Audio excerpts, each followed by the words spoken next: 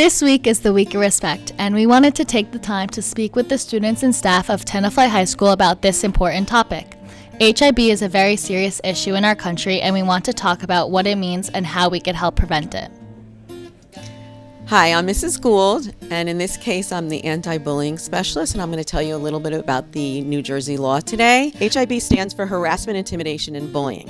And I wanted to say that if you ever see anything, you should say something. You should come to me or any administrator, any teacher. We're all trained in how to deal with harassment, intimidation, and bullying. The state defines it as harassment, intimidation, or bullying means any gesture, any written, verbal, or physical act, or any electronic communication, whether it's one event or a series of incidents, that is reasonably perceived as being motivated by any actual or perceived characteristics, such as race, color, religion, ancestry, national origin, gender, sexual orientation, gender identity and expression, or a mental, physical, or sensory disability that substantially disrupts or interferes with the orderly operation of the school or the rights of other students, and that any reasonable person should know will have an effect of physically or emotionally harming a student or damaging the student's property or placing a student in reasonable fear of his physical or emotional harm to person or damage to his property, or has the effect of insulting or demeaning any student or group of students. And lastly,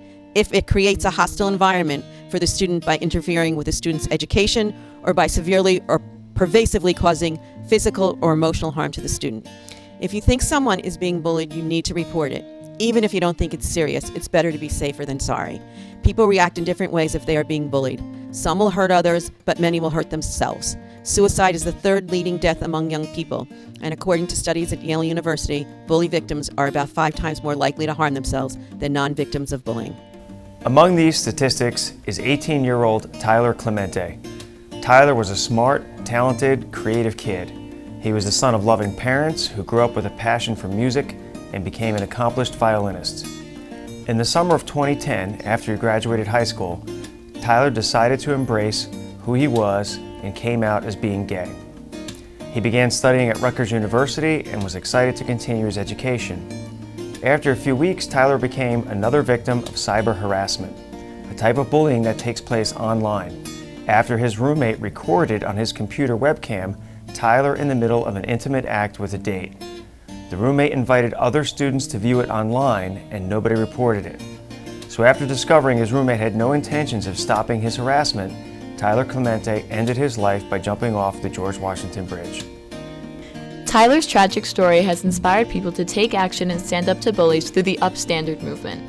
Shortly after Tyler's death, the New Jersey House of Representatives and Senate unanimously voted for the Anti-Bullying Bill of Rights Act in November of the same year Tyler died. Governor Christie signed the bill soon after in January of 2011.